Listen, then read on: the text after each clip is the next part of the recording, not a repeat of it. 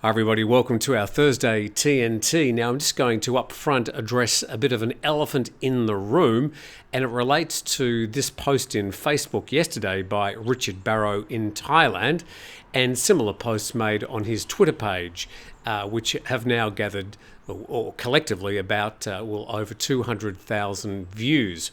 So it's sort of become a bit of a thing.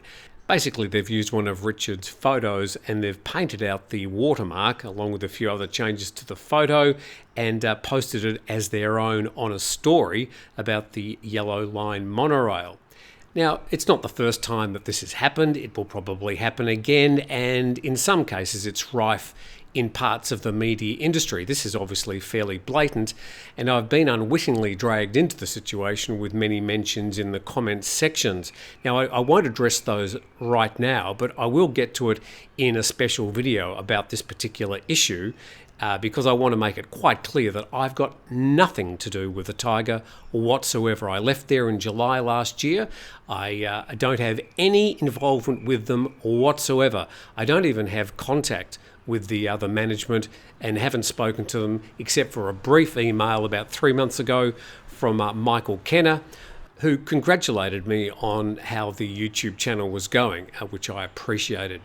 Otherwise, zero contact, zero involvement. I just wanted to make that clear before we started today's show.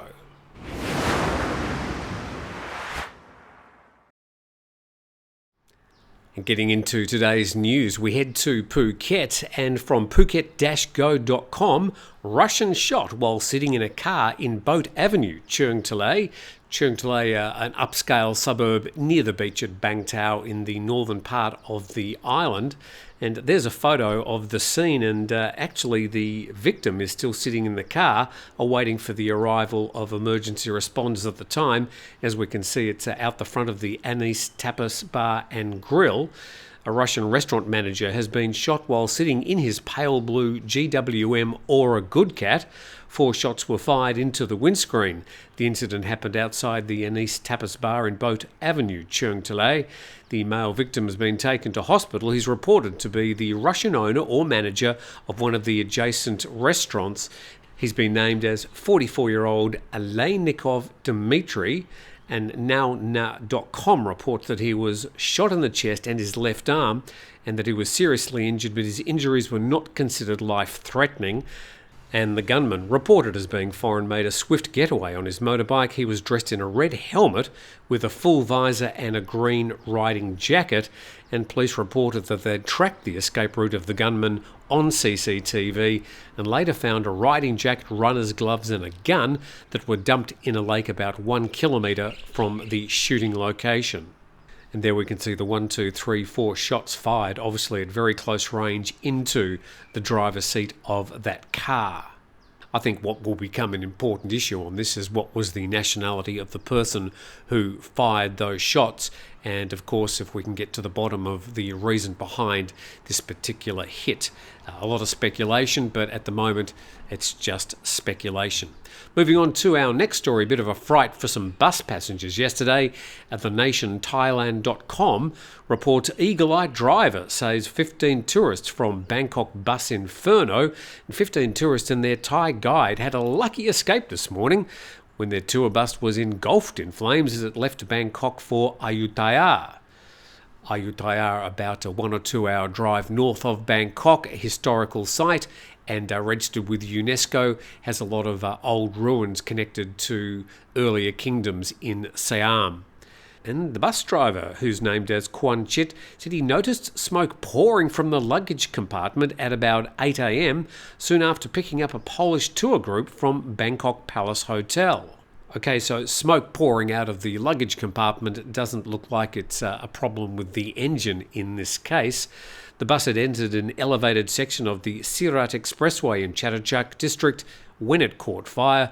The driver stopped the vehicle immediately in the left-hand side lane, evacuated all the passengers safely. There's a photo of the bus after it's been extinguished. I dare say they're not going to be able to polish the bumps out of that one, and that's going to end up as metal scrap. And it says firefighters took around 20 minutes to extinguish the flames, but the bus was completely gutted. by the blaze. Passengers also lost luggage in the inferno. There's a photo taken by one of the onlookers, also published in nationthailand.com. And Coconuts Bangkok, covering the story, say a tour bus catches fire on Bangkok Expressway. And they posted this video from a Thai Twitter user. And you can see they're driving past the bus on the expressway, and that bus, just in the early stages before being completely wrecked. Some of the drivers look like they've got their baggage out of the compartment. The story goes on saying authorities have yet to confirm the cause of the fire, but given where the flames originated from, it's likely that a passenger had brought a flammable item in their luggage. Let's hope we can find out what that item may have been and try and avoid putting those things in our luggage in the future. Not sure if any of those passengers ever got to Ayuthaya to enjoy the historic sites. Now, if you do want to head off the island of Phuket to any of the, about 30 islands off the coast, then I can highly recommend 5 Star Marine. They've got private VIP charter boats heading out every day, and there's a special deal in the description under this video, a special deal for you, and I hope you take advantage of that next time you're here in Phuket.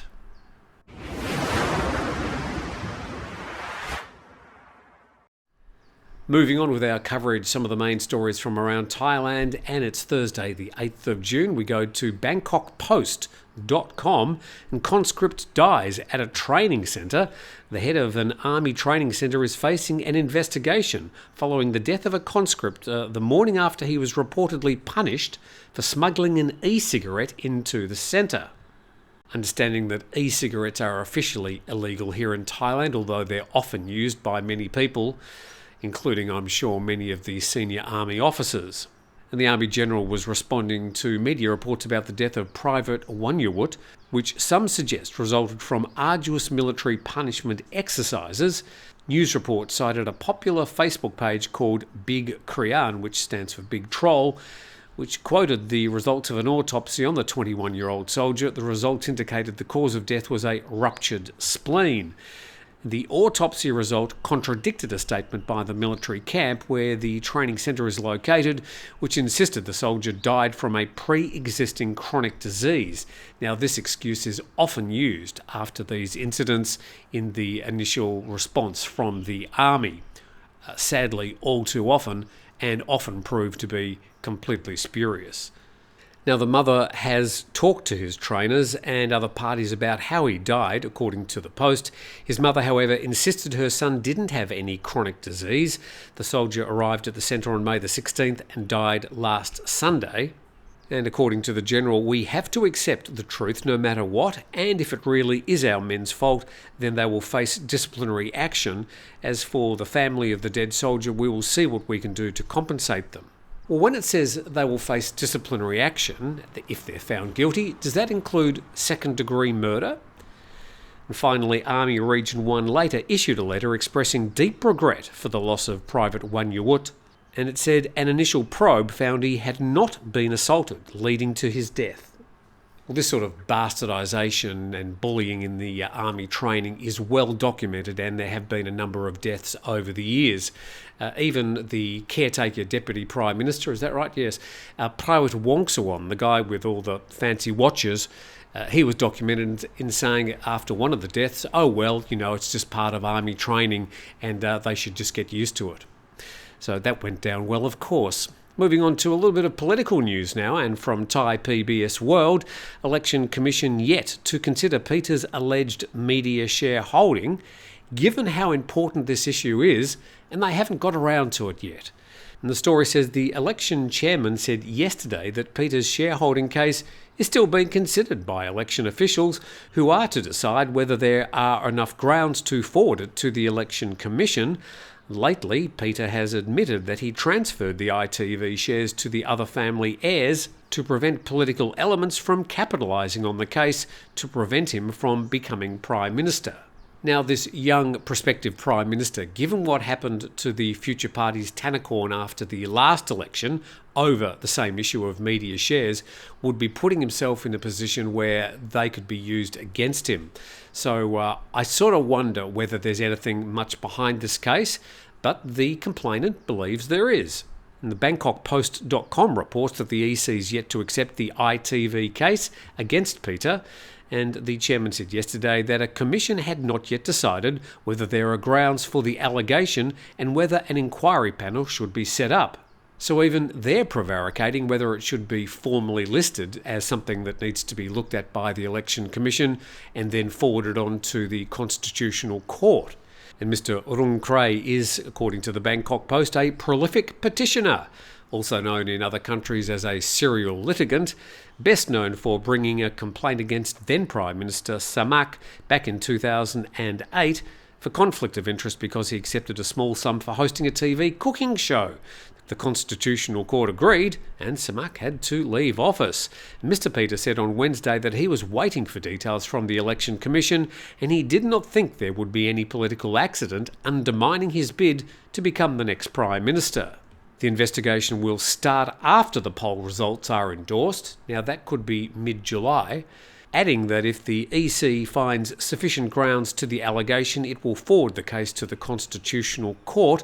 And just as a bit of background from the Bangkok Post, ITV stopped broadcasting in 2007 and its licence was taken over by Thai PBS. It was delisted from the Stock Exchange of Thailand in 2014. It's not had any income from media activity for several years, beyond small sums from a subsidiary that rented out broadcasting equipment. Its business registration remains active only because litigation over its concession fees is not yet concluded. So some very fine points of law are going to have to be unravelled to see if this case is going to go any further. In the meantime, we've probably got another month of speculation before we hear any sort of result. And in semi-related news, also from BangkokPost.com, kin fret about Thaksin's return. Kin, a very old sort of fashioned word for family. Anyway, there is Thaksin Shinawatra broadcasting recently. And just noting there that Thaksin's eyebrows seem to be departing the rest of his face. Looks to me like a fairly aggressive eyebrow lift, but good luck to him. He's 74. He's got a lot of money. He can spend it any way he likes. And the Shinawatra family wants fugitive former PM Thaksin Shinawatra to postpone his return from exile to Thailand. Shortly before the May 14 general election, Thaksin, who fled the country to avoid facing jail time, tweeted that he wanted to return home before July the 26th, his 74th birthday, to care for his grandchildren. His planned return was discussed yesterday at a family get-together. According to the source, Thaksin cannot wait to return, but the family's not sure about the timing and wants him to postpone his plans until the formation of the coalition government. As I mentioned the other day, Thaksin returning to Thailand would just be a major distraction at the critical time that Thailand was trying to form a new coalition government, what will be seen as a fairly sensitive time in Thai politics. His timing could not be worse. And the source said the family also thinks it's too soon for Ms. Patongtan, this is Thaksin's youngest daughter, to try and serve as Prime Minister, and that it would be better for her to wait 5 years. At 37, the clan feels that she's too young to handle the political situation, and there are other suitable candidates, such as Srettha, who's also one of the Per-Thai Party's prime ministerial candidates, and the Move Forward Party leader Pita.